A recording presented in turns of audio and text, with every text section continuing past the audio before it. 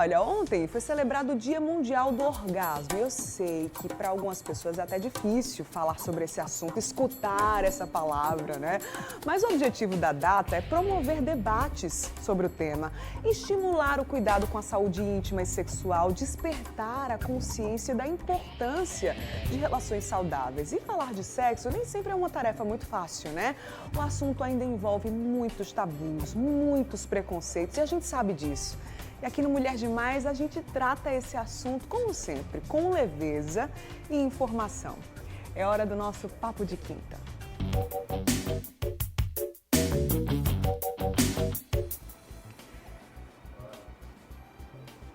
E para falar com a gente sobre esse assunto aqui no MD, na nossa casa, no nosso estúdio, eu recebo a psicóloga e sexóloga Daniele Azevedo. Bom dia, Daniele! Seja bem-vinda. Prazer pra gente conversar com você. Estava até batendo um papo aqui nos bastidores, né, da importância de falar sobre esse assunto. Tanta gente tem vergonha, tem medo, não gosta. É importante levar essa informação, né, Daniele? Tem vergonha, tem medo, mas falou de orgasmo, falou de sexo, tá todo mundo assim, ó. Agora tá todo mundo prestando atenção na TV. Inclusive o pessoal aí dos bastidores. Exatamente, claro que vocês podem prestar atenção e também compartilhar com a gente a sua dúvida, seu relato. Participa aí.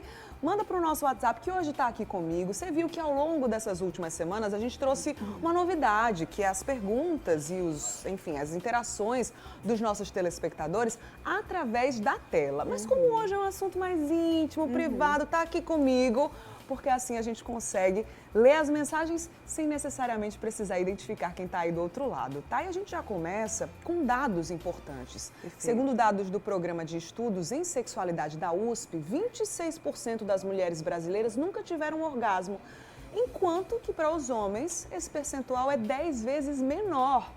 Eles relatam aí entre 2% e 3%. Daniele, por que essa diferença tão importante, tão significativa, né? 26% das mulheres nunca tiveram um orgasmo e entre 2% e 3% dos homens não tiveram. Por que isso é tão diferente? Para falar de anorgasmia, que é uma disfunção sexual, que inclusive é tratada com psicoterapia, sabe, Bruna? É falar diretamente de autoconhecimento. Então, a mulher que ela não amadurece sexualmente, ela não permite nem conhecer o próprio corpo. Vocês acreditam nisso? Então, assim, imagina uma vida inteira munida ao conservadorismo, a essa referência familiar, né, que às vezes é pautada numa religiosidade um pouquinho mais aguçada, até mesmo pais ou mães que castraram esse filho ou essa filha. Acontece um pouquinho mais com o gênero feminino, né? Mas eu não posso deixar de generalizar, por quê? Porque meus rapazes também passam por essa questão de limitação quanto ao próprio corpo, ao conhecimento.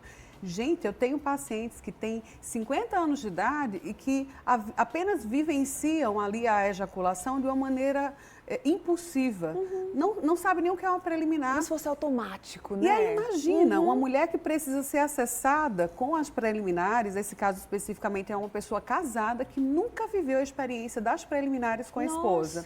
Um primeiro casamento, uma única parceira ao longo de uma vida inteira e que estão, inclusive, se deliciando agora com esse momento na terapia sexual.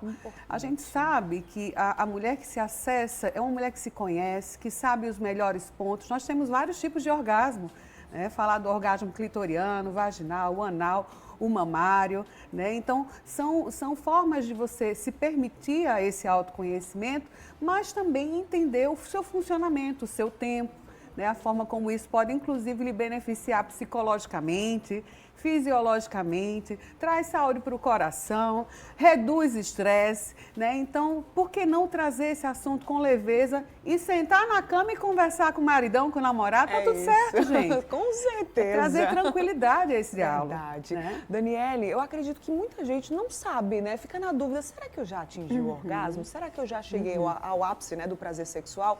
Como é que faz para identificar? Vamos lá. Nós temos uma protuberância na nossa região clitoriana. Obviamente, você já deve ter percebido que parece uma pérolazinha. Tanto é que agora eu vou até deixar claro para vocês, chamo vocês minhas pérolas por conta da sua pérola, né? Então, a sua pérola, quando ela fica tonificada, né, ela aumenta a sensibilidade.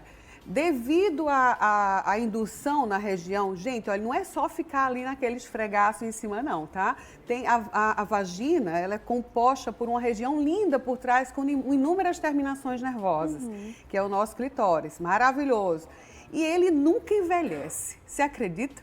Nós chegamos na terceira idade com o clitóris, o órgão lindo, ele funciona fantástico. Meninos, não sofram com a disfunção erétil. Ela chega, eu sei, mas nós somos beneficiadas por isso. Então, é o único órgão do corpo que não envelhece. Então, você vai estar na terceira idade, induzindo, tonificando, chegando àquela sensação de sensibilidade extrema, que é onde você nem consegue mais tocar a sua pérola, né? Então, você chegou ao teu orgasmo clitoriano. Eu não sei se minhas moças que estão em casa já chegou ao ponto de você induzir essa região com um pouco mais de frequência. Tem que ter um pouquinho de paciência, tá? Tem pessoas que se utilizam até de um sugador clitoriano para entender melhor como é que é essa manipulação da região, né? Já que talvez o parceiro não tem tanta paciência de permanecer ali na indução ou manual ou com o sexo oral. Né? Mas é se tocar, né? Entender o teu tempo e chegar a esse ápice que é causado por essa sensibilidade da região clitoriana. Ponto G. Ponto G é interno, né? Então você também vai fazer a indução do ponto G ou manualmente, trazendo esse dedinho para trás, você sabe como, né? Ou então até mesmo em penetrações que podem ser realizadas em algumas posições específicas. Quando ela é um pouquinho mais profunda, a mulher ela tende a ter uma espécie de espasmo, sim, físico, né? Então você fica um pouquinho mais trêmula, né? Você consegue perceber aquela região pulsando. Esse é o teu orgasmo vaginal. Diferentemente do clitoriano. O clitoriano parece uma explosão, né? E aí a gente fala até da indução desse clitóris, que algumas pessoas, eu diria até que uma porcentagem bem pequena, alcança o squirting. Né? O squirting, na verdade, nada mais é do que a explosão das glândulas de Skene. Nós temos, na região nossa, glândulas de Skene e glândulas de Bartholin. Bartholin beneficia a penetração, ponto G, e as de Skene, que são as poderosíssimas que nós temos, elas induzem a região clitoriana. Então, na explosão dessas glândulas, nós temos o squirting, que é muito raro. É raro, inclusive, o orgasmo clitoriano, minha moça. Então, assim, algumas mulheres, elas precisam entender o funcionamento. Alcançar o orgasmo é reduzir sua capacidade de estresse, pensar melhor, ter mais calma, ter melhor funcionamento cardiovascular. Então, vai lhe beneficiar de muitas maneiras. Sem contar que, obviamente, uma mulher que goza é uma mulher mais feliz. Eita, danado! 8h20 da manhã. Tá tudo certo, né? Estamos conversando com adultos, e nem né? falei dos rapazes, né? Os meus rapazes, eles têm também formas diferentes de se estimular, né? Eu quero deixar bem claro aqui, gente. Os meninos aqui, ó, prestando atenção em tudo. Aí já começa o kikiki atrás das câmeras. É assim que funciona. Olha, o ânus, para a mulher, ele é uma zona tão erógena quanto para os meninos. Eu sei que tem muita masculinidade aí por trás, a questão do machismo, né? Que vocês não permitem, por exemplo, um beijo grego, um toque, uma carícia a mais, né? Nessa região, por questões talvez até tradicionais, pessoais, não sei. Mas assim como é muito prazeroso para algumas mulheres, pode ser também prazeroso para você. É o nosso ponto U. E nos meninos, né, a gente vivencia também isso. Gente, você permitir, por exemplo, uma vivência de inversão nada mais é do que a introdução de vibrador na região anal do rapaz, né? Ou, enfim, penetração dupla, ou enfim, o que quer que seja que você queira viver com a mulher. Né? Que aí já é um outro patamar de maturidade sexual. Sim, depende muito do que o casal escolhe, né? Exato. E se eu permito, tá tudo certo, né? Se é bom para você, é bom para mim, tudo bem, vamos viver isso. Eu acho que a questão da sexualidade, ela precisa ser conversada e tratada com seriedade. Obviamente, a questão da higiene, né? O fato de você estar vivendo ali com segurança, meninos, rapazes, moças também estão vivendo aí relacionamentos que não são pessoas de compromisso sério, viver também a experiência da segurança com o preservativo. A gente sabe que tudo isso é importante, né? E deixar a região lubrificada, seja de uma forma ou de outra, também vai ser permitido um melhor acesso a essa região anal, tá? Então, a gente sabe que os meninos alcançam a ejaculação, né, da maneira tradicional, né, o orgasmo masculino ele é muito pautado, por isso a redução aí desse percentual nos estudos, mas também, por quê? Porque há uma fase lá na adolescência que é muito comum, a fase masturbatória excessiva, né, desse autoconhecimento. Então, nada em excesso, gente, na vida é bom, viu?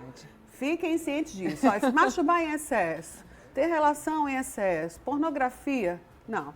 Vocês precisam de ajuda. Começa a ter disfunção, sim, né? Sim, sim. As disfunções sexuais, elas são muito perigosas, tanto para a vida quanto para o relacionamento. A gente já está recebendo aqui, Daniela, alguns questionamentos, né, e relatos através do nosso WhatsApp do Mulher Demais. Sim. E como eu imaginei, muita gente pedindo para não se identificar. E tá tudo certo, tá, gente? Tudo Ninguém lindo. Vai ser identificado agora. Nossa telespectadora disse que tem 43 anos de idade. Há mais de 5 anos, ela percebe que não tem mais libido. E ela diz assim, Daniela, eu tenho muito medo de perder o meu esposo. Ele é muito compreensivo, mas eu sei que eu posso perdê-lo por isso. E ela diz que tem endometriose, 43 anos de idade. É natural esse medo, né? Ela pode, de alguma forma, tratar isso? Ela diz que não sente vontade, então, né? Paciente com endometriose é uma paciente que sente dor, inclusive, na relação sexual. Sim. É uma doença do casal.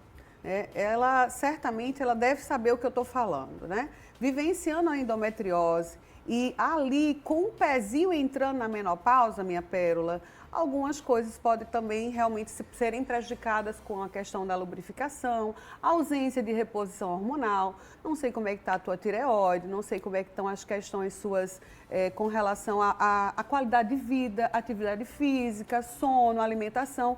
Tudo isso interfere na nossa sexualidade. Se você não come bem, se você não dorme bem, como é que você vai relaxar gostoso, lindamente, está disponível ali para fazer um sexo gostoso com o seu parceiro, com a sua parceira? A cabeça fica nos problemas. Verdade. Né? Então, assim, é importante que haja esse deleite para você estar pronta. Não é nem para o outro, Bruna, é para você. Quando as minhas moças vestem uma lingerie, elas vestem para ela. Quando meus rapazes se perfumam, se depilam, e olha eles que é fazem importante, isso para eles. Muito importante. Muito. A gente fala muito sobre essa pressão sobre as mulheres, né? Mas os homens também precisam ter esse cuidado, Sem né, dúvida. gente? É uma prática em comum, Sem então dúvida. todo mundo tem que fazer junto, né? E contribuir de alguma forma. Outra telespectadora aqui, ela se identificou, mas não vou dizer o nome, não. Ela disse que tem 28 anos, já é bem mais jovem que essa primeira, né? Ela pergunta se é normal não sentir vontade de ter relação sexual. Bem mais jovem, né? É aí uma questão psicológica também.